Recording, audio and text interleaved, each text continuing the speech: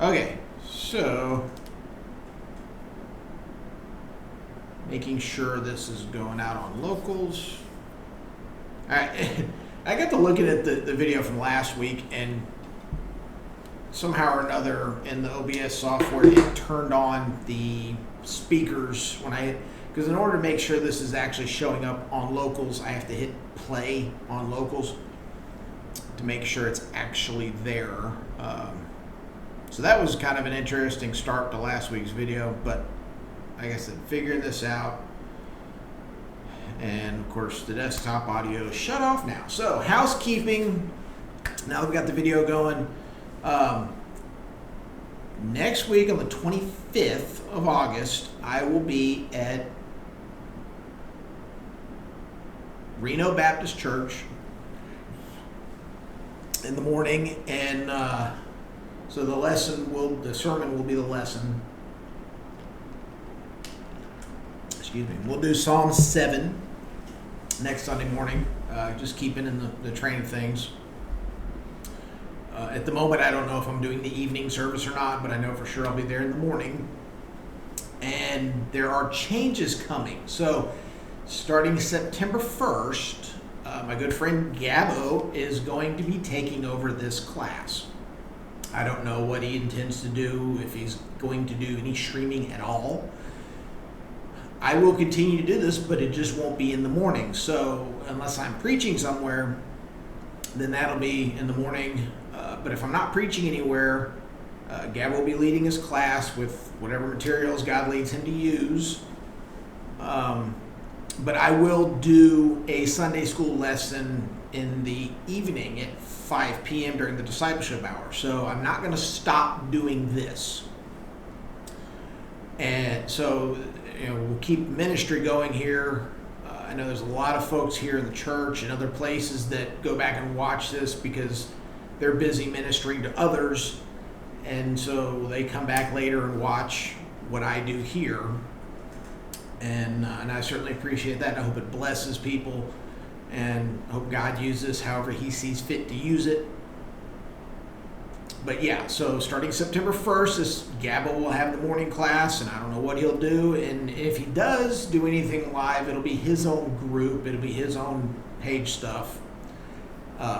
Sunday School with Murph will still be Sunday School with Murph. It just won't be the official page or group for the young adult Sunday school class here at Lowrytown. It'll just be Sunday School with Murph. But like I said, I will, if I'm not preaching somewhere, then I will do the lesson in the evening at 5 p.m. and I'll make sure to post that and put that out there. So, change is coming up. Change can be a good thing. We'll see what happens with the changes and how things work out. All right, so Psalm 6. All right, still the book of Psalms, Psalm number 6. And, the more we get into this, we're going to be like, what's going on with David? I mean, this guy has a lot of problems. It's really going to come across like that. We're going to be really inclined to go, man, what a flipping whiner. God Lord, dude, suck it up and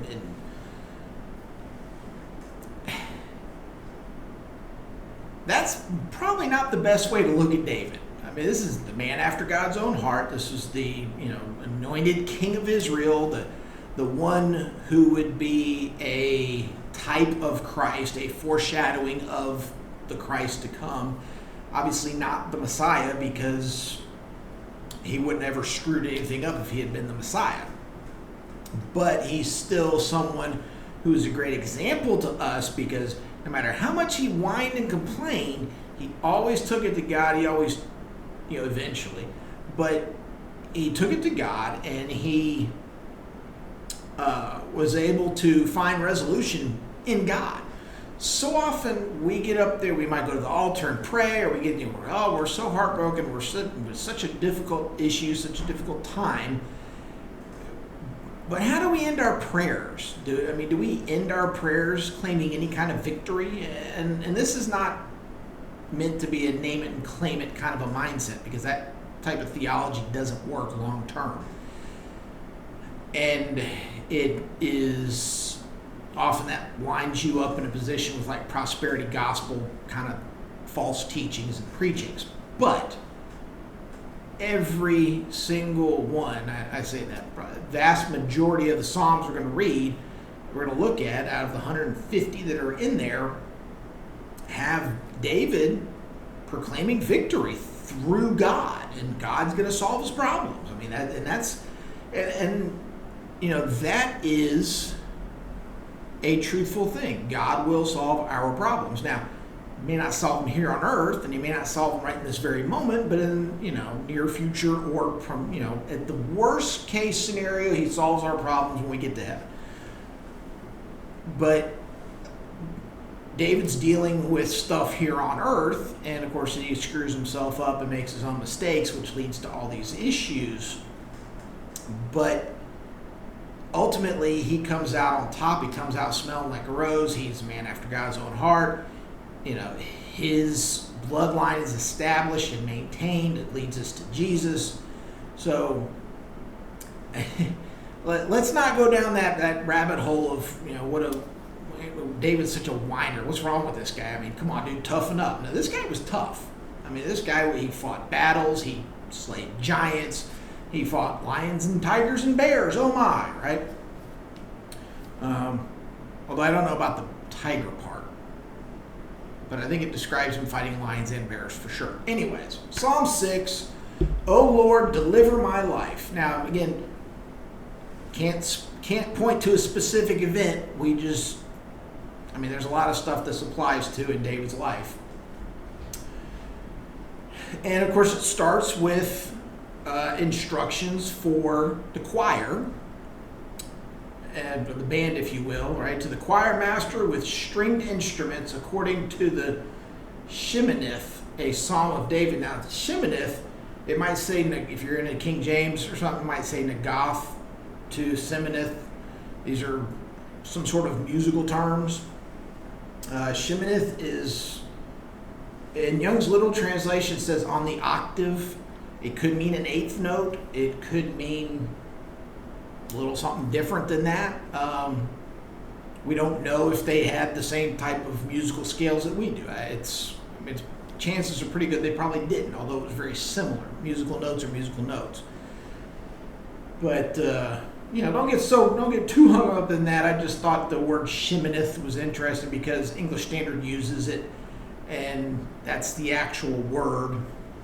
Like I said, Young's Literal Translation says octave, so that that might be a way of saying play it in this key. I don't know. It doesn't have a whole lot of meaning as far as what David's saying in the psalm. So, verse 1, O Lord, rebuke me not in your anger, nor discipline me in your wrath. So apparently David did something stupid. He sinned. He screwed up.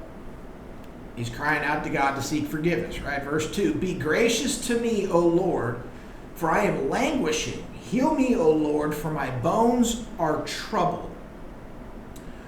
It's entirely possible to grieve yourself sick. We might call it modern terms psychosomatic, right? It's all in your head, right? Well, potentially. It may be a real thing, maybe a real affliction, but the stress or the distress of David having recognized that he sinned, as he said in verse 1, is enough that his body's hurting and his body's aching. So whether or not he's actually sick or not, whether or not he has an actual physical ailment, or if he does, was it caused by his sin or the recognition of his sin and the fact that he has grieved God? All right. Verse 3, my soul also is greatly troubled, but you, O Lord, how long? Or in Young's Literal, till when? So when are you going to forgive me, God? When am I going to get relief? All right, so he sins. It's obviously something pretty serious. He's crying out to God. He wants relief from it. And the stress of the whole thing, if he gets forgiveness, would bring healing to his bones, right? Quite possibly. Verse 4, turn, O Lord, deliver my life. Save me for the sake of your steadfast love. For in death there is no remembrance of you. In Sheol, who will give you praise? All right, we'll pause here for a moment. They had Sheol in the Old Testament. They didn't have hell like we have in the New Testament. And it's not it's a Greek thing. And the Greek word, there was no Greek word for Sheol. Hell is actually, I believe, a different place, or at least a different side of Sheol. Sheol is described later on as there being a great divide between the good side and the bad side. So the good Old Testament saints go onto the good side, or what they called Abraham's bosom. The bad side of Sheol is where all the people go for punishment. So that technically would be hell in the Old Testament. I don't think it's not the bottomless pit. So don't get too confused or bogged down in this, trying to say, well, is there a hell, or this says right here, or there's no heaven or something. So when you die, we don't know exactly how much at this point David knew about Sheol. And obviously we know that Saul, his predecessor, went to the witch of Endor, and Samuel was brought back from the dead in order for not Samuel. The prophet was brought back. Was it Samuel? Yeah. Anyways, the prophet was brought back from the dead in order for Saul to seek an audience to figure out what's going on, which God allowed that to happen. It didn't go well for Saul. Clearly, it disturbed the prophet, and it was not a good situation. So we know that there's an afterlife. We know that this place exists. Now, in this case, in his reference to Sheol, like I said, we find out, certainly Christ talks about this, and we get explanation for it in the Old Testament at some point, that there's a good side and a bad side to Sheol. But one side, when Christ died and he was buried in the tomb, in those 3 days he didn't go down to hell, he went down to Sheol, and he spent 3 days on the good side of Sheol with all the Old Testament saints before his resurrection and eventual ascension. So if you're on the bad side, and this is one of the things as you study, and I've kind of heard this explained, as you read and study Revelation, you find out that sin is going to take you to hell, especially if you don't repent. Most certainly if you don't repent. But for the unrepentant who go to hell, when you get to hell, you're going to keep on sinning. That's why you're never able to get out of it. You're going to be in this end cycle. There's going to be a gnashing of teeth. There's going to be this constant blaming of God for your position where you are, despite the fact that you're the one that chose not to repent and accept Christ. So if you're in Sheol, if you're in the bad side of it, with the exception of, was it the poor man and Lazarus that Jesus gives us, where Lazarus is on the bad side of Sheol and he's crying out to Christ, and he says, hey, let me go tell my brothers, right? And of course Christ is like, look, if they didn't believe me, why do you think they're going to believe you? But aside from that may have just been a special circumstance, and people are going to continue to sin, and that's what keeps you in hell. That's what makes it a perpetual long-term thing. So for lack of better words perhaps, or just the flow of the whole psalm, David's not making a difference between the good side and the bad side of Sheol, but it does allude to in death who is going to praise you, O God, right? So in death, in Sheol, if you die and go to hell, you're not going to be praising God. You're going to be cursing God for putting you someplace that you deserve to be. It's kind of a human nature thing, right? So, don't take that to mean that something really super weird, like there is no, or that you can get out of it or something. I don't know. That might confuse people as you're going through this. So verse 6, I am weary with my moaning. Every night I flood my bed with tears. I drench my couch with my weeping. So, so obviously this went for several days. So this is probably written after whatever the occurrence is, after whatever the issue is. And he spent nights, in meditation, thinking about what he's done. He feels guilty. Absolutely feels guilty, knowing that he sinned against God. So this, like I said, this could fit in any number of situations we know about David.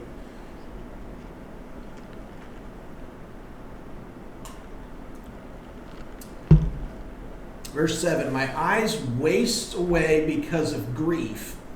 It grows weak because of all my foes.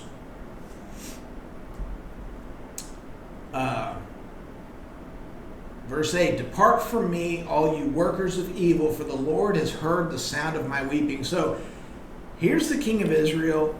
He sinned, he screwed up. Apparently people know this. And so his enemies, political enemies, are going to be going after him, talking trash behind his back, to his face. They're spreading rumors. They're getting out there. I've talked about this before. There was his son Absalom staged a coup. There was the remnant of folks who believed that Saul's descendants, despite the fact that the only one left was Mephibosheth, they felt like Saul's descendants should have taken the throne, not David, not somebody from a different bloodline. There was those people. Didn't matter that Samuel anointed David. Didn't matter that God, through Samuel chose David to be the next king and to be a new bloodline. Doesn't matter that Saul disqualified his whole entire bloodline because he screwed the whole thing up. David still had political enemies that felt like the bloodline of Saul should be in charge. And of course, David's relationship with Jonathan is why he gave grace to Mephibosheth. But again, Saul lost any claim to the throne. We don't know if Mephibosheth ever had children. We don't know who ended up with that land. So Saul was absolutely cut off, and his bloodline was cut off. Jonathan got killed. Mephibosheth was maimed. But again, that sets up this thing for this political intrigue, right? This political enemies. So they know David screwed up. They know he sinned, and they're using that to attack him, to weaken his position as king. So he sins. He knows he sins. It's bad enough that he feels like crap because he sinned. He's got the whole, my body aches because of the stress and the knowledge of the sin. And then to pile on top of that, you got people running their mouth behind his back, trying to discredit him and potentially even try and take the throne away from him, right? And this, like I said at the beginning of this video, how do we end our prayers? When we go up to the altar, when we have our issues, how do we end our prayers? Do we often end it like David? Do we ever end it like David does? And maybe it takes a period of time as you're dealing with your grief, as you're dealing with your issue, which could usually by and large be a result of your sin and it being found out by everybody else, right? So you're pouring it all out to God. Do we ever stop and do what David does? Do we get to a certain point and say, you know what, God, I trust you, right? And this is all about you. So verse 9, the Lord has heard my plea. The Lord accepts my prayer. All my enemies shall be ashamed and greatly troubled. They shall turn back and be put to shame in a moment. Like I said, we're going to see this in so many of these Psalms where David's pouring his heart out and he's throwing out his issues and his problems. He's confessing. And then we're going to see where he turns it over to God. He trusts God for the results. He trusts God to fix the problem. He's confessed his sin. He's repented of his sin. And now that he's right with God, God's going to deal with his enemies. That's what he expects. Do we expect that? I mean, do we really honestly expect God to solve our problems for us? And I know we say, well, he can or he can't. And God only helps those who help themselves, which is very poor theology. It's not right at all. I mean, clearly we have to do things, but there's things that God and only God can do. We can't do it all, right? So we have to give credit to God. On that note, I made the mistake, and I really honestly will say it's a mistake, that I commented on a Roman Catholic apologist post on Instagram. And so now my Instagram feed has all these reels from all these Roman Catholic apologists, and the vast majority of them can't make a logical argument to save their life. I'm not going to get into all that stuff other than this. One of the guys that keeps popping up was commenting, right? So you had the whole debacle known as the Olympics, the paganism, the satanic stuff, making fun of the Lord's Supper, all this stuff, right? Well, what that did was it sparked this flood. A whole lot of attention got paid to all of the athletes in the Olympics who were actual Christians, or at the very least acknowledged God. And so you had a whole lot of people on an international scene praising God, pointing up in the sky, saying thank you, this, that, and the other. So there's this girl, this female athlete, an actual female athlete, who is doing a press conference and gives all the credit. I mean, no matter how much work she put into and how much effort she put into being an Olympic level athlete and competing, at the Olympics, representing her country, which I believe she was American. She was speaking English very well, so I'm pretty sure she was American. But she's praising God and giving God all the credit. And here comes this little Roman Catholic apologist guy who is chastising her for giving God the credit for blessing her with good genetics and the lessons she's learned from the Bible and from church and everything, the work ethic that she had to put into being a top-notch athlete. And she's blessing God and she's praising God on it. And this Roman Catholic apologist guy is chastising her for not taking any credit for herself. I mean, David would probably slap this guy. He would probably put this guy on the front lines and let God sort him out and see where he's going to give credit to, right? I don't know. I saw that video of that guy rebuking someone who's praising God, and I call him a heretic. I don't know. He may not be a heretic against the Roman Catholic Church, but he is not anywhere close to understanding what the Bible actually says. He probably doesn't read his Psalms very often. David had his problems. David had his issues, right? But he always turned back to God, and when he repented and he confessed, he counted on God to be faithful in his promises to do God's side of things and to silence the enemy so he could stay on the throne, if that's the case. So Matthew Henry says this: David was a weeping prophet as well as Jeremiah, and this psalm is one of his lamentations. And that's, we have a whole book of lamentations, right? That's woe is me poetry for the Israelites. Either it was penned in a time, or at least calculated for a time, of great trouble. I don't 100% agree with that. I don't think David was writing these things in advance, knowing he was going to do something stupid. I think he's writing them after the fact. So let's see here. Guys, for time of great trouble, both outward and inward. Like I said, in this case, David had sinned. That's the inward part. It bothered him enough that it made him feel sick and his body hurt.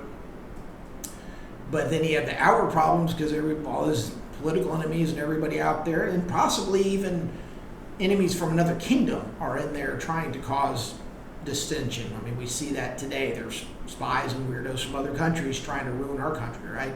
That happened to the Israelites. Let's see here. Matthew Henry goes on to say this: is any afflicted? Is any sick? Let him sing this song. So, I mean, this is a good way to reach out to God. You can say this psalm, you can read it and repeat it.